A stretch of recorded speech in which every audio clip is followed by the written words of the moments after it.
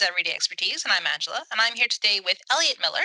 He's a community manager with experience in content creation, social media marketing, event planning, and community building. Hello! Hello, great to see you. So let's get started with basically, I think community management is probably one of those jobs in sort of tech and entertainment that's still something of a mystery to people outside or even in the industry. What is community management? Yeah, it is definitely something that gets misunderstood a lot.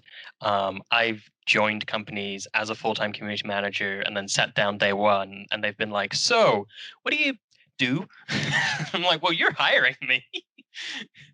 It is definitely a very nebulous thing because it can cover so much. It can cover social media management. It can cover content creation, whether that's blogs, videos, GIFs, memes. Um, it can cover the event planning. It can cover support. It can handle, technical queries. It can handle product feedback. I've seen a surprising number of roles where it also includes paid ads on social media, as well as also even UX design as part of the community experience. What's the user Yeah. experience?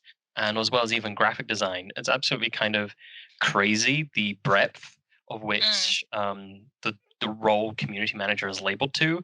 And when I look for jobs, I have this huge problem where anyone who's like front desk at a WeWork or like an office manager or like a building manager, those people are also called community managers. So I have a friend who Hmm. works in real estate who's also a community manager. We have entirely different careers. We have no overlapping skills. Like, They're just managing a different community, I guess. yeah, I'm like, I guess Yeah. technically you could call it that, but it's confusing. In your opinion, why do companies need like dedicated community managers? So I think for me, community management's really kind of the future of marketing, as well as also just a core part of building a product and building a brand. Mm, Um, for one reason, there's you need that human connection. I think people are really unresponsive to ads and kind of more corporate style messaging. mm, I think that can change by age and industry and nationality, but I think for a lot of people, I think kind of around our age, we grew up on the internet. We were told never to click on ads.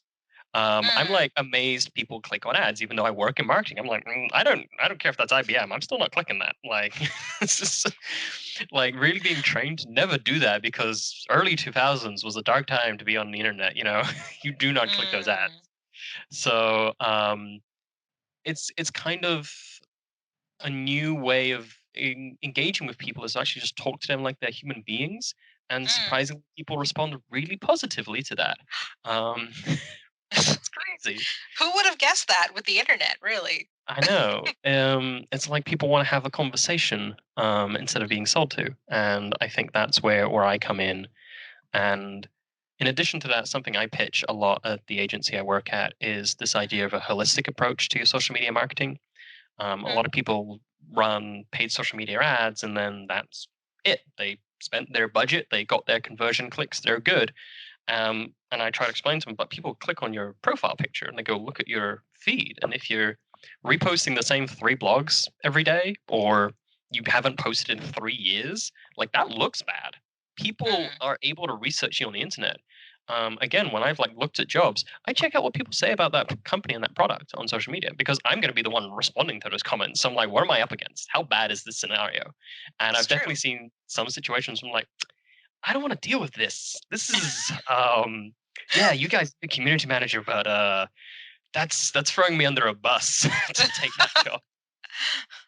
It's like you would come in with a steaming sort of toxic community kind of thing, and that would be bad. I mean, in there's one there's one moment I'm alluding to. There was a particular crisis happening where a contest had Mm, been, and it was 3 months later, and no one had announced the winner.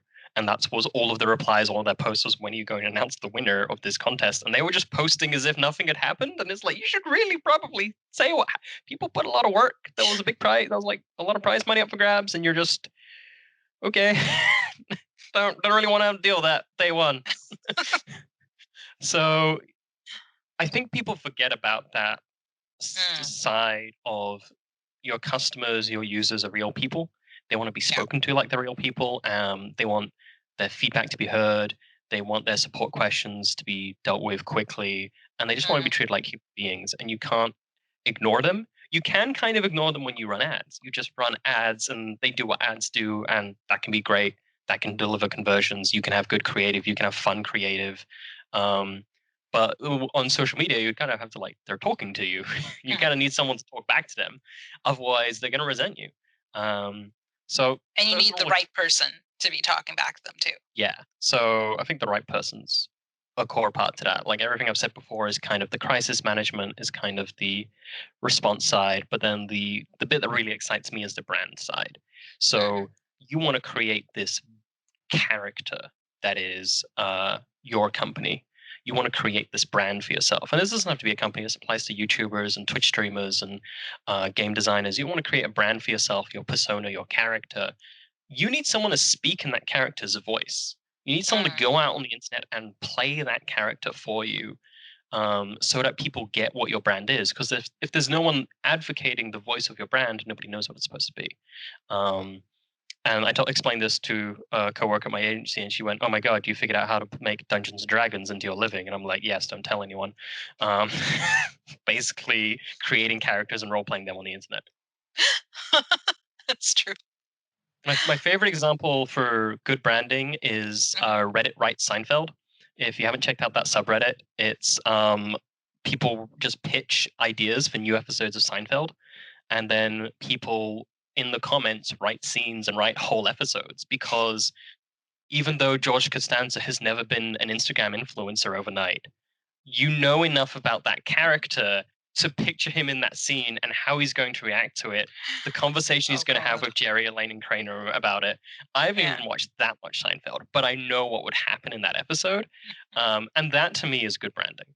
Is you've created a character that, without your input at all, someone could write a Mhm, whole episode of the character's life. mm, And I still see it the same way with like brand. Like, what did I dress? What do they look like? What do mm, they wear to a party? How do they act at a party? What's their favorite food? Like all of those things, that persona, you can create through community management and good branding. mm. Oh, that's interesting. So how did you get started in community management? Um, I started out doing blogging for esports websites while I was teaching English in China. Mhm, Um, so that was interesting. And then from there, I moved to California and I started doing the blogging and video production for a tech company. And mm, so, as part of that, I handled the social media account as well. So, I actually kind of came in as the blogger, as a content creator, and then social media was kind of handed to me as like, this is how our content is delivered. So, from there, I kind of went more into social media management because people a lot of people don't really value blogging and writing. It's hard to get paid to do that. So I was like, okay, if I go into social media management, that's kind of like a step up because I control the account as well as the content. mm, And then after a few years in that, I was like, okay, I need to go another step up because people still don't value social media managers. So I went into community management, which is kind of more broad content, social media, brand, mhm, um, customer facing side of stuff. And so that's mm. kind of where I'm. So it was really a kind of like I want to keep my job for a longer period of time because bloggers are the first to get cut, then social media managers. So now I'm third choice for being cut is community management. Well, that's good. I think that's a very natural way of sort of moving up the ladder. Yeah, Yeah. just kind of trying to take on more responsibility so that I become more useful. And over the course of Mm, that, I've learned a lot about content strategy, content creation hacks, more mm, practicing my video skills, as well as also learning more about branding and how to do that. So mhm, now I'm in a great place with the agency I'm at now where I can kind of really talk to people about content strategy. I can talk to the paid team. We're collaborating on how paid and organic are unifying one message, one brand voice across social media, mm. talking about like brand. I got a great comment the other day. It was like, Elliot, sometimes I think you care more about brand than some other people do. So it's good to have you fighting for that corner. That's pretty cool. That's a nice thing to hear, I think. That Yeah. people recognize you, you know? Yeah. Yeah, I think it's someone said something to me that I thought was very interesting is that a lot of companies, their sales and their marketing budget are one budget. So Hmm. if you're advocating for them to spend more on marketing, you're advocating for more to be taken away from sales. Yeah. And a lot of B2B, business to business companies, they see sales as the people who get the money. They don't really want to give that up. If anything, they want to put more money into Hmm. sales. Um, but I think there's a really strong argument for like it's not enough to just constantly be selling to people. You kind of want to be building a long-term relationship through your brand so that, maybe they hear about you 1 year, 2 years before they purchase, but they were like, "Hey, I Hmm. really love the brand. I've just been waiting for the need." I definitely have some brands where I'm like, as soon as I need you, I know exactly who I'm going to go to buy this thing. I just It's don't true. have a need for it yet, but I know who Yeah, those people. I will come to those companies straight away once I need their service. that makes sense. So, you also made your own game a Yes. little while ago. How did your work experience inform that project, if at all? Um, Kind of not really. So yeah, I design board games in my free time, Mm-hmm. as well as also tabletop role playing games, and I run a network of board game designers in the Bay Area. We did meet up before the quarantine regularly. Hmm. So I started a Discord trying to see if we can move the play testing and design discussion into a more virtual space. Mm. Um, but yeah, so I made a role playing game called Rulers. Hmm. It's up on my website and Drive Through RPG, and it's not great. I'm not. It's.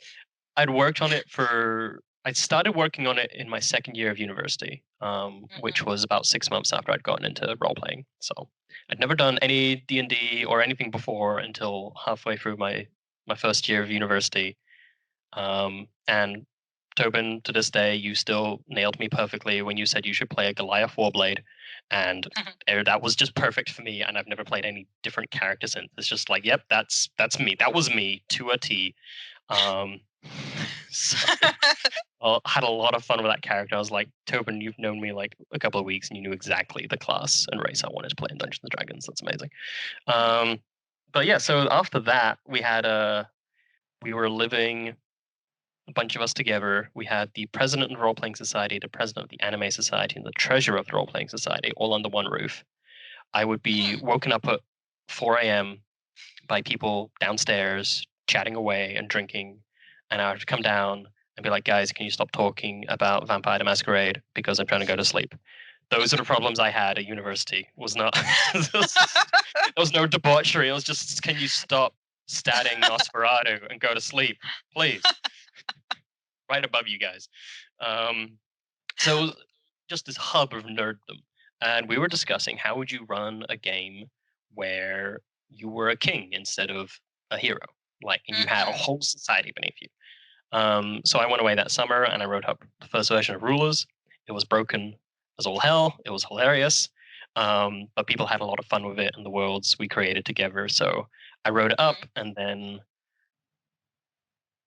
God, that was maybe like 6 years later, I think. I'm not sure. Hmm. Someone could do the maths for me. I think I put it in the rule book on the first page. Is the story of how it came to be. Yeah. So yeah, trying to create a role playing system where instead of you being heroes, you're kings. You have your own society, your own civilization, all of this stuff. It wasn't great, so I released it on the Creative Commons and kind of said, hey, if this is inspirational to you, go ahead and fix it and add Mhm. content to it. And I was overwhelmed by the positive support on Reddit. So thank you, Mm. r/world building. Those guys were so excited about it. So many people saying I've always wanted a game like this, which was really great to hear that I wasn't the only one who wanted this civilization kind of role playing experience, this kind of political Mm. strategy game. Um, so it was really, really encouraging to have that feedback. So since then, I've started tinkering with a new version. And started writing down some ideas because evidently there was something there for people. I just got to make a better version. But Mm. after I made that and released that, I started making a board game. I went, oh, this is much easier. It's a lot less rules to deal with. And then I started playing a card game. I went, oh, this is simple as hell. This is great. This is just a matching sets card game. This is much easier to make. That makes sense. Yeah. So that's been my journey through game design so far, and I might come back Mm. into the role playing systems, but I'll try and still want to try and finish up my board game and card game and maybe take them to Kickstarter. Oh, that's pretty cool. Okay, so back to community management. What's something you wish you'd known about it before you began? Was anything surprise you about doing community management? Boy, do Mac users and Linux users like to message you every day and ask you when you're going to release a Mac and Linux. That was what surprised me. I mean, Linux Mm, users, you made your choice, in my opinion. You know what you did. You know you made your life hard. Wait, no. You're like 10% of the audience. How am I going to pitch to my boss mhm, that and the product team that they should release a Linux version? Like, it's just not really a priority. You know how to make a virtual machine that will run Mac and Windows OS anyway. So like, yeah. but every day it's one Linux user. We're like, when are you gonna be on Linux? I'm like, come on, man, you made your bed. You sleep in it. Um, so But I think the thing that I would love to have known is kind of what I've learned now since working at a full funnel agency. You know, at our agency, we combine creative, data, and media to really bring like holistic strategies where it's not just one ad and done. It's like we're running digital, we're running search, we're running social media, we're running billboards, and we're doing printout pamphlets, we're doing cover apps and magazines. Like there's all of this stuff to marketing Mhm, that for most of my career I wasn't included in the conversation. mm, And now I'm really lucky to be at an agency where people reach out to me and ask for my input on and my take on things. So I mhm, think really that is what a lot of people who are maybe starting in community management should look to learn is like, hey, just because running ads on social media isn't your responsibility, you probably mm, want to find out how to do it and be friends with the person who's doing it so that you can have this holistic approach to marketing. And some community managers do also run their paid social media ads, but yeah. Yeah, it's true. I mean, like we were saying sort of at the beginning of this, is that it is such a unknown job. It's such sort of a very broad job that you never know what skills I guess, you might need when you start, yeah. right? Yeah. Yeah, it's usually a very kind of startup entrepreneurial kind of position where Mm, it's really off your own initiative what you're going to make out of it usually because you probably don't have a lot of direction. um, I know I've worked where we've had huge goals for what the paid marketing efforts are going to do because money was put on that, and then community mm. management's just like, oh, how did we do this quarter? I'm like, well, we didn't really set any goals. Our goal was to get 20% more followers on social media, and we did that. Yay. you know so yay.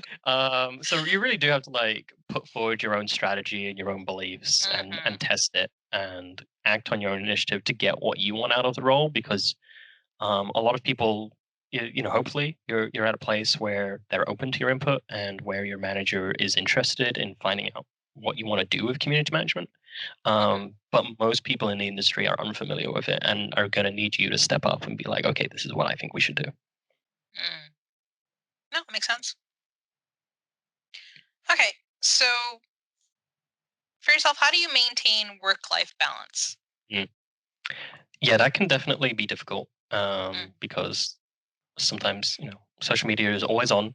mm, Sometimes there's stuff that's got to happen on a weekend. Sometimes there's weekend events and weekday nights, or people are more active on when you're not on the office hours. If you're working on like a B2C, like business to consumer brand. Whereas if you're working B2B, selling like business tech, then actually mhm, your 9 to 5 is actually probably fine. mm.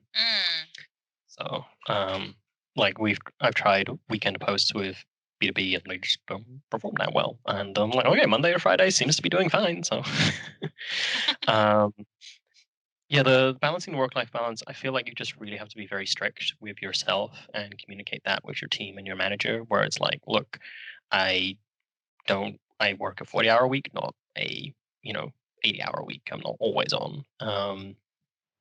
There's flex with that, obviously. Like, yeah, if someone asks me to retweet something on Saturday at noon, I'm like, yeah, it takes me 2 seconds to retweet something. It's not the hardest thing to do.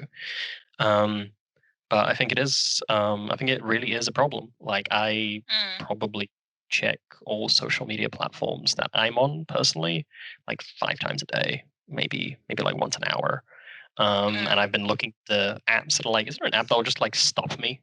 That'll be like you like I will open Twitter, close Twitter, and then just reopen Twitter. mhm. Like this isn't good. I I am shocked there isn't an app that makes you switch off social I media. think there is. I'm just not. I Yeah. couldn't. I haven't found one that I really liked. Mm. That did what I thought it was going to do. I think there's like time tracking ones, but I want one that's like this is the fifth time you've opened Twitter. You're going to stop now. Um, It'd be funny is if that app ran ads as well. So it would be pretty good if it ran more ads the more you went on social media.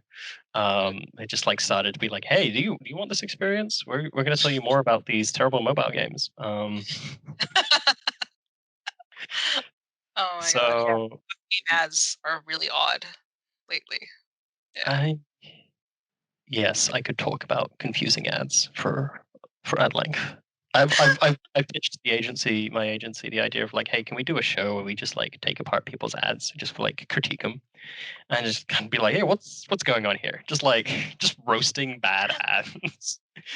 Is that bad for our brand? I think it would be fun. Let's It talk might be about how bad every for mobile your game brand. ad doesn't sell you on the mobile game, and you're just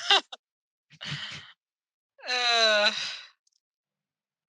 but yeah, I think work-life balance. It's something you really got to think about for yourself and just kind of be strict with yourself as well as also just clearly communicating and just doing your best. I I take days off where I don't look at screens for a whole day. Like I turn off my phone. I mhm, don't play video games. I like do chores. I'll do some painting. I'm not very good. I just you know muck about with some arts and crafts. I'd be good at it. mm. Um, and go for a walk and read a book and just avoid screens for a day. So I think that would be my tip is like say like, hey, this I'm not answering between these times and take some time for yourself. Yeah, no, that makes sense.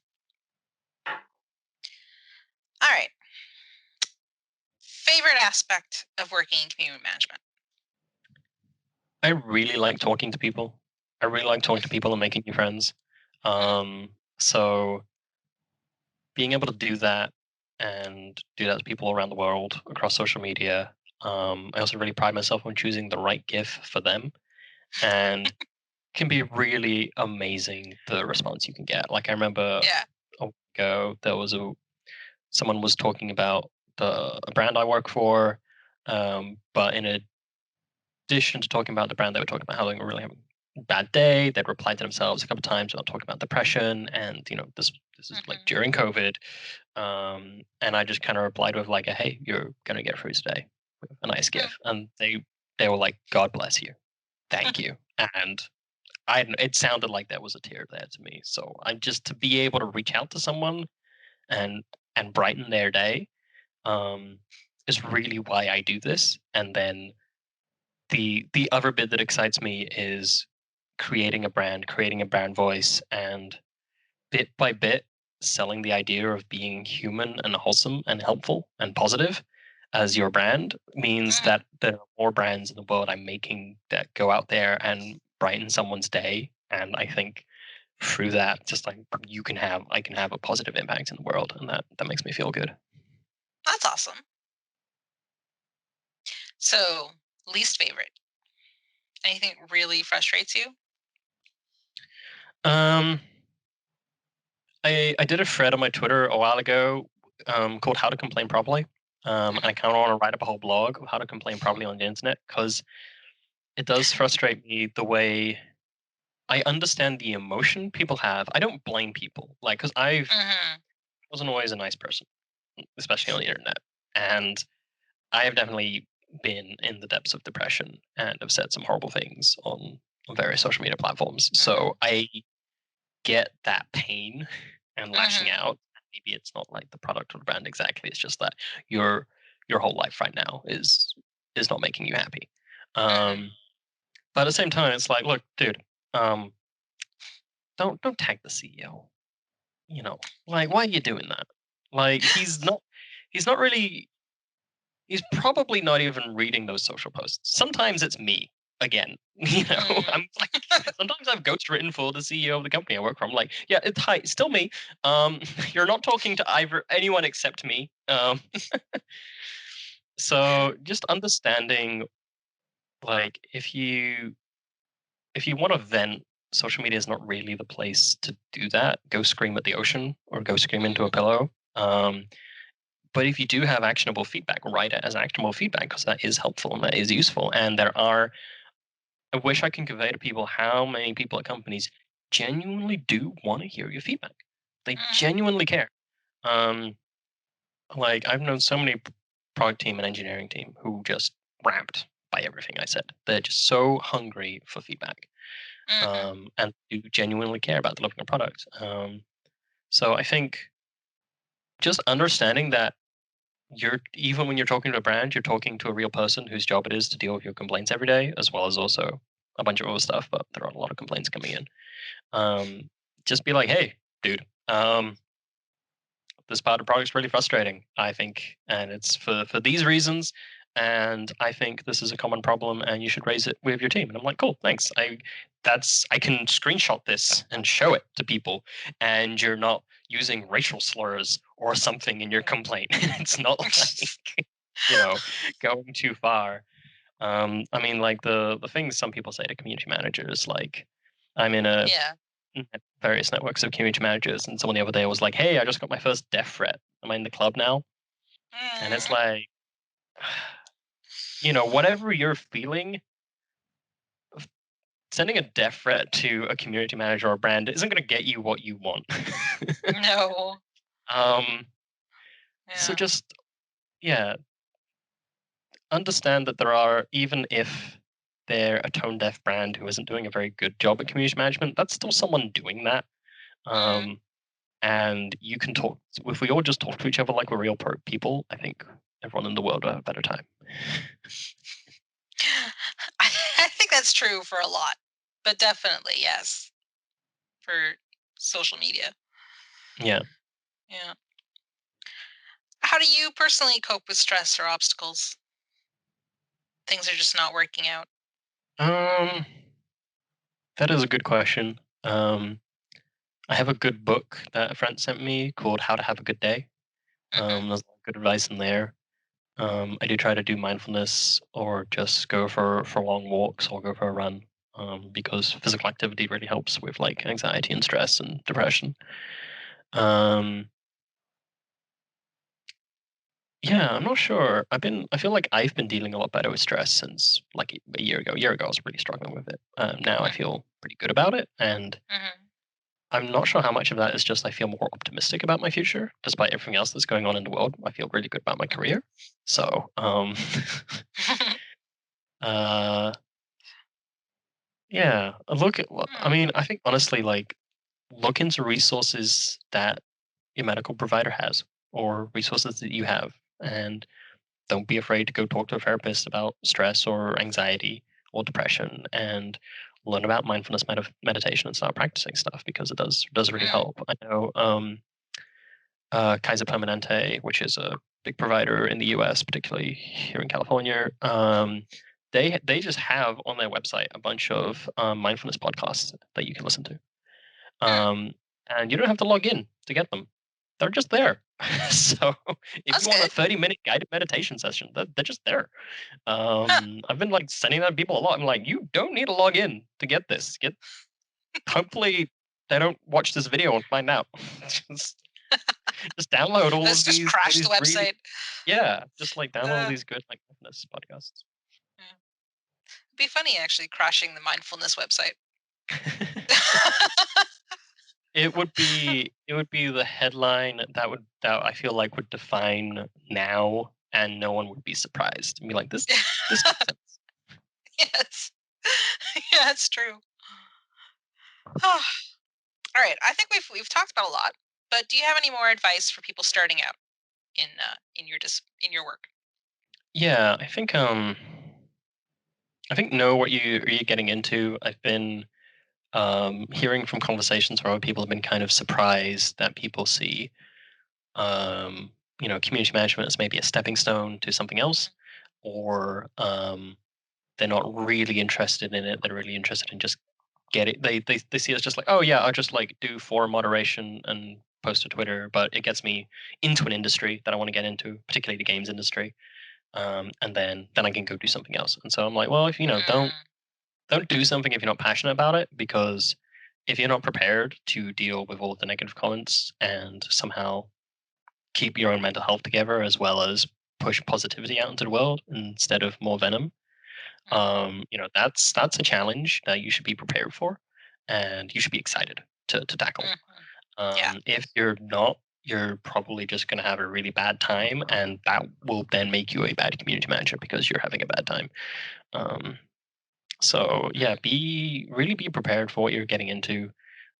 Um, any like job you're interviewing for about it, really grill them on what it is they want to get out of the role. My favorite interview mhm, question is, what do you see success look like in this role?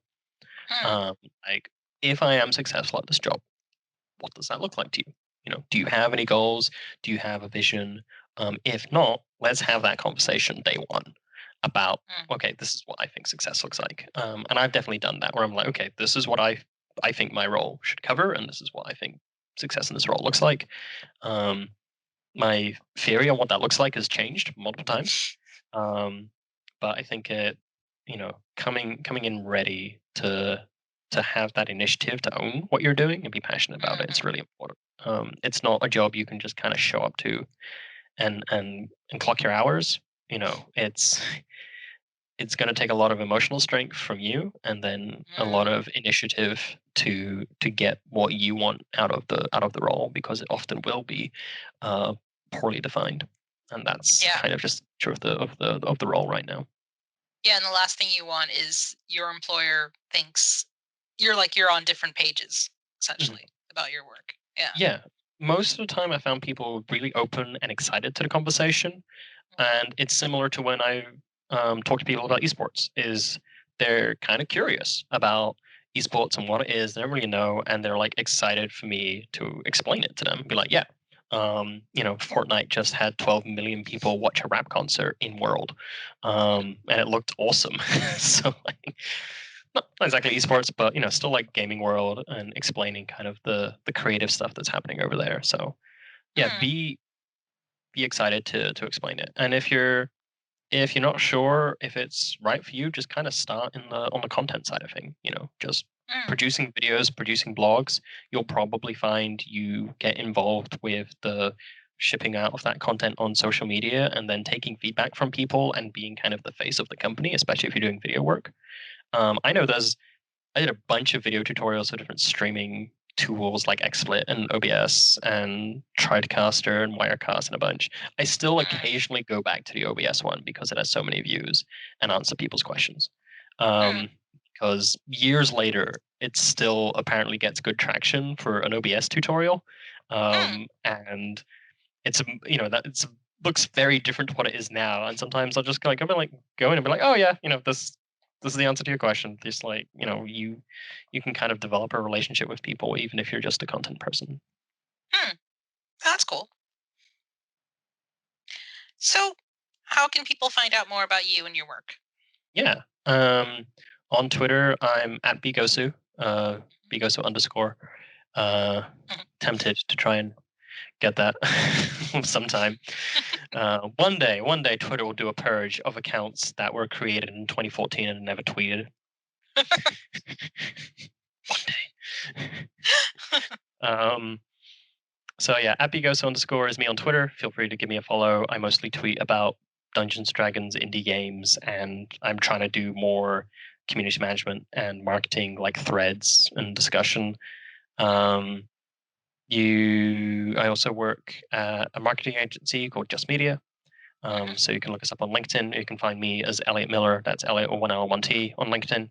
So you're interested in me more professionally and interested in what me providing the service for you, happy to have that conversation. And then on the Facebook group for board game designers is called the Bay Area Tabletop Devs because of the San Francisco Bay Area. But I've been Mhm. more lax about letting people into that. But if you go in there and ask to join the Discord as well, I can Mhm. send you a link for that. I'll try and grow our Discord, and that might be more open than just people in the local area. Oh, that's cool. And we have links to all of that in the description below. All right. So thank you, Elliot. Thank you, No everybody, for worries. watching. This has been Everyday Expertise. Thanks. Bye. Thanks for watching. We hope you enjoyed this interview. Be sure to share this video with friends and colleagues who may also enjoy this topic. Let us know your thoughts by leaving a comment below or check the description for our social media. See you next time.